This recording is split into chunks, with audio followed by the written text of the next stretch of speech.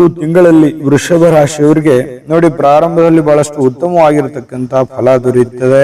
ಆದರೆ ಈ ತಿಂಗಳ ಕೊನೆಯಲ್ಲಿ ಅನೇಕ ಸವಾಲುಗಳು, ಅನೇಕ ಚಾಲೆಂಜ್ಗಳು ನಿಮಗಿರತಕ್ಕಂಥದ್ದು. ಇದ್ರ ಬಗ್ಗೆ ಬಹಳ ಗಮನ ಹರಿಸಬೇಕಾಗುತ್ತೆ. ನಿಮ್ಮ ಯೋಜನೆಗಳು ಸರಿಯಾದ ದಿಕ್ಕಿನಲ್ಲಿ ಅನುಷ್ಠಾನಗೊಳ್ತಾ ಇದ್ದಾವ, ಸರಿಯಾದ ನಿಟ್ಟಿನಲ್ಲಿ ನಡೀತಾ ಇದ್ದಾವ ಅನ್ನುವಂಥದ್ರ ಬಗ್ಗೆ ನೋಡ್ಬೇಕಾಗತ್ತೆ. ನೀವು ದುಡುಕುತನದ ತೀರ್ಮಾನ ಬೇಡ, ತಾಳ್ಮೆ ಇರಬೇಕು, ಬುದ್ಧಿವಂತಿಕೆ ಇರಬೇಕು, ಸಹನೆ ಇರಬೇಕು, ಯೋಚನೆಗಳು ಸರಿಯಾಗಿ ರೂಪಿಸ್ಕೊಳ್ಬೇಕು. ಮಾಡುವಂತ ಕೆಲಸದಲ್ಲಿ ಲಾಭ ಇದೆಯಾ ನಷ್ಟ ಇದೆಯಾ ಅನ್ನೋದ್ರ ಬಗ್ಗೆ ಒಂದು ಕ್ಯಾಲ್ಕುಲೇಷನ್ ಅನ್ನ ಮಾಡಿಕೊಂಡು ಮುಂದುವರಿಯುವಂತ ಪ್ರಯತ್ನವನ್ನ ನೀವು ಈ ತಿಂಗಳಲ್ಲಿ ಮಾಡಿದ್ರೆ ಬಹಳ ಒಳ್ಳೆ ಫಲ ಸಿಗುತ್ತೆ. ಆರೋಗ್ಯ ಸುಧಾರಣೆ ಆಗುತ್ತೆ, ಕುಟುಂಬದಲ್ಲಿ ಶಾಂತಿ ಆಗುತ್ತೆ, ಶುಭ ಸಮಾರಂಭಗಳ ಒಂದು ಅವಕಾಶಗಳು ಕೂಡ ಈ ತಿಂಗಳಲ್ಲಿ ಕಂಡು ಬರುತ್ತೆ.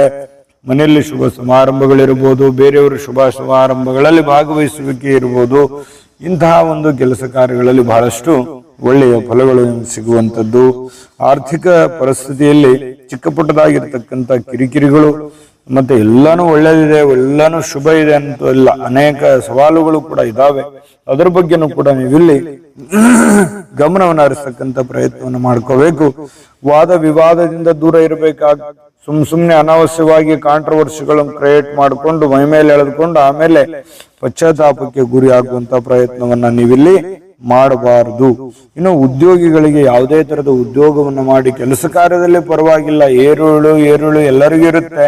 ಆದ್ರೆ ಮಾಡುವಂತ ಕೆಲಸಗಳಲ್ಲಿ ಬಹಳಷ್ಟು ಉಪಯೋಗ ಅನುಕೂಲತೆಗಳು ಉಂಟಾಗುವಂತ ಸಾಧ್ಯತೆಗಳು ನಿಮಗಿಲ್ಲಿ ಕಂಡು ಬರುತ್ತೆ. ದೃಢವಾಗಿರ್ತಕ್ಕಂಥ ನಿರ್ಧಾರ ತೆಗೆದುಕೊಳ್ತಕ್ಕಂತಹ ಸಮಯ.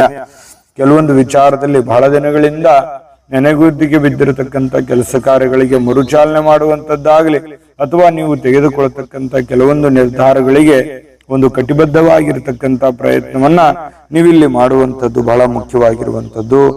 ಗುಪ್ತ ಶತ್ರುಗಳಿಂದ ಕಿರಿಕಿರಿ ಉಂಟಾಗುವಂತ ಸಾಧ್ಯತೆಗಳಿರುತ್ತೆ. ಹಾಗಾಗಿ ಶತ್ರುಗಳ ದಿಶೆಯಲ್ಲಿ ಬಹಳ ಎಚ್ಚರಿಕೆಯನ್ನ ನೀವಿಲ್ಲಿ ಅನುಸರಿಸಬೇಕಾಗತ್ತೆ. ಸಹೋದ್ಯೋಗಿಗಳಿಂದ ಸಹಕಾರ ಸಿಗುವಂಥದ್ದು. ನಿಮಗೆ ಮಾಡುವಂತ ಕೆಲಸ ಕಾರ್ಯಗಳಲ್ಲಿ ಸಹೋದ್ಯೋಗಿಗಳಿಂದ ಬಹಳಷ್ಟು ಅನುಕೂಲಕರವಾಗಿರತಕ್ಕಂಥ ಫಲಗಳು ಸಿಗುವಂಥದ್ದು.